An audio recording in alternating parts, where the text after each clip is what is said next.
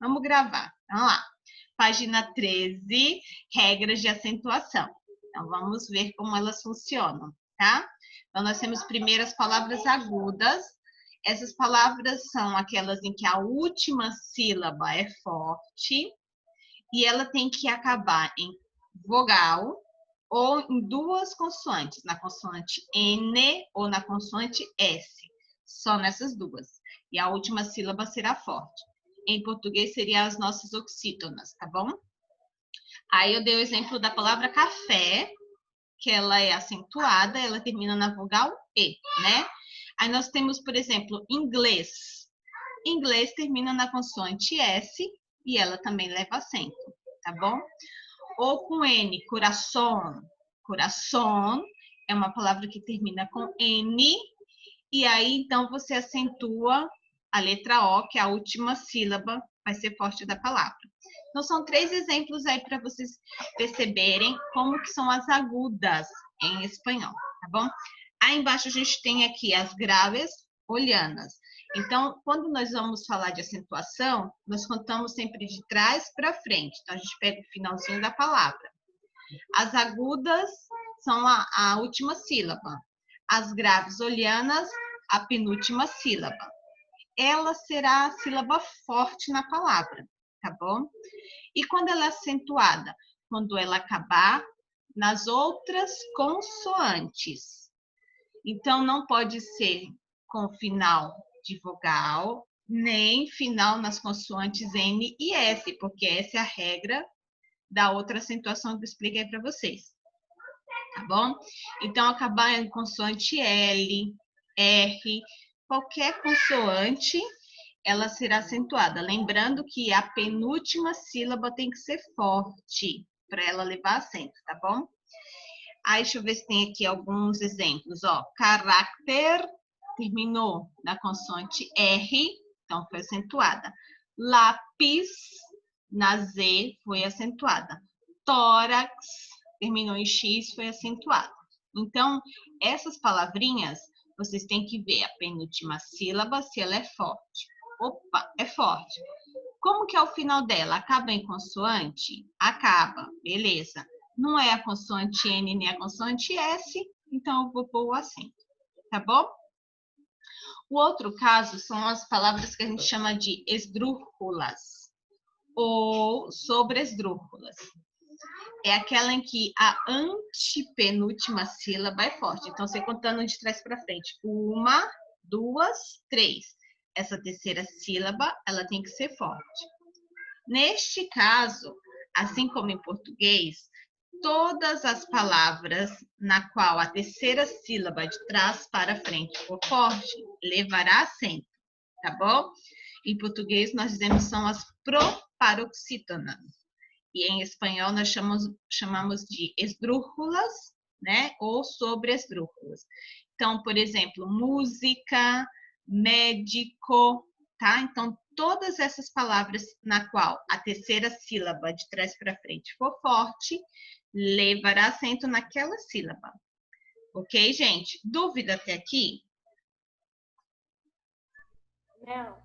Não, tranquilo? Então, lembrando que são 3, assim como em português. Em português, a gente tem oxítona, paroxítona e proparoxítona, certo? Em espanhol, nós também temos 3 regrinhas, né? Só que os nomes são diferentes. São as agudas, as lianas, que também são chamadas de graves, e as esdrúxulas, que também levam o nome de sobresdrúxula, tá bom? Então, decorando as 2 primeiras regrinhas, porque a última regra é que toda palavra na qual a terceira sílaba for forte levará acento. As outras 2 que eu expliquei a princípio, tem que lembrar mesmo quando é e quando não é, tá? Então, no primeiro caso, as agudas são as palavras terminadas em vogal ou nas consoantes N e S, e a outra, né, que a gente chama de grave, oliana, são aquelas palavras em que termina nas consoantes, desde que não seja a consoante N nem a consoante S, tá bom? Aí nós temos aqui, então, ainda na página 13, outras palavrinhas que nós utilizamos, que são acentuadas em espanhol. Porque existe a mesma palavra, só que dependendo do sentido dela, ela vai levar acento ou não.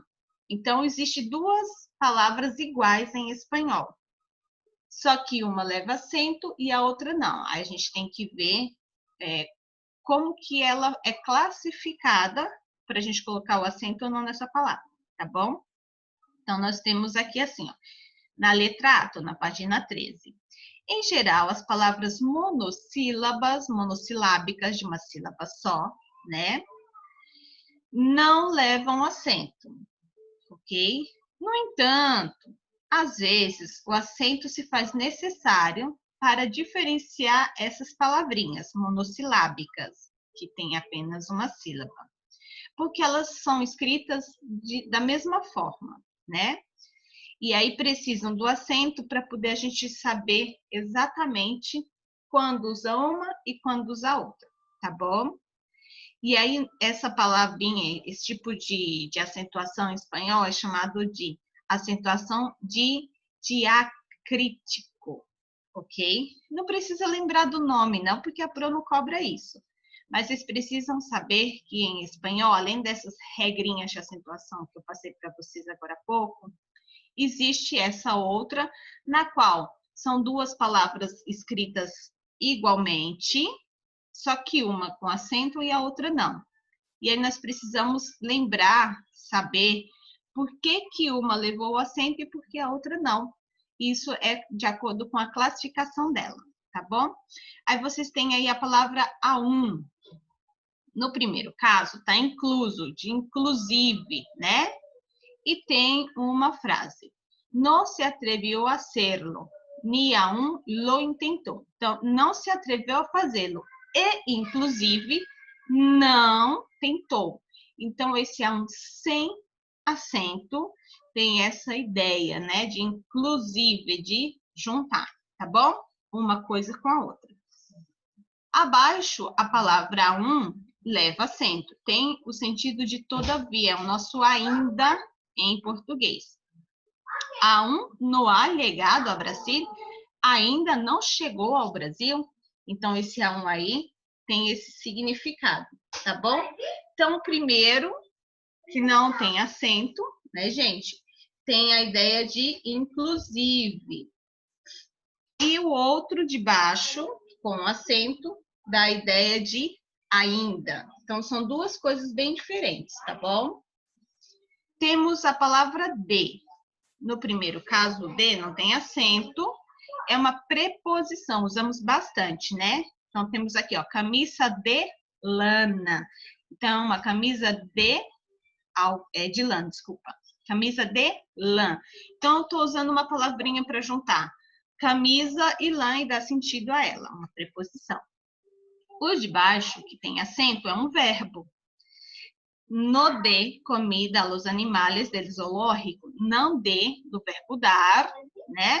Comida aos animais do zoológico. Então, no primeiro, ela é classificada como preposição. E no segundo, que leva acento, é um verbo, do verbo dar, tá bom? De baixo, nós temos a palavra ele. Sem acento é um artigo. El hombre estava muito enfermo. O homem estava muito doente. Então, o artigo masculino, o. No de baixo, já é um pronome pessoal. A gente substitui por ele, tá bom?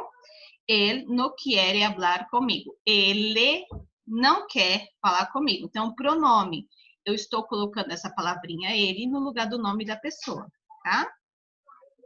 O mas, o primeiro caso sem acento, dá ideia de conjunção, né? Quero viajar, mas não tenho dinheiro. Eu quero viajar, mas eu não tenho dinheiro, tá? É uma adversativa, né? Eu quero uma coisa, mas eu preciso de outra. E no de baixo com acento é de quantidade. Não tenho mais nada em el bolsillo. Não tenho mais nada no bolso. Então, vocês podem perceber que com acento e sem o acento, tem que lembrar como que ela é classificada, tá bom? Mi, o primeiro é um adjetivo possessivo. Mi casa é muito cômoda. Minha casa é muito cômoda. E no de baixo é um pronome, novamente. A mim me gustam las hamburguesas. A mim, né, eu gosto dos hambúrgueres, tá? Então, me, pronome, acento. Adjetivo possessivo, sem acento. Estamos acabando, tá?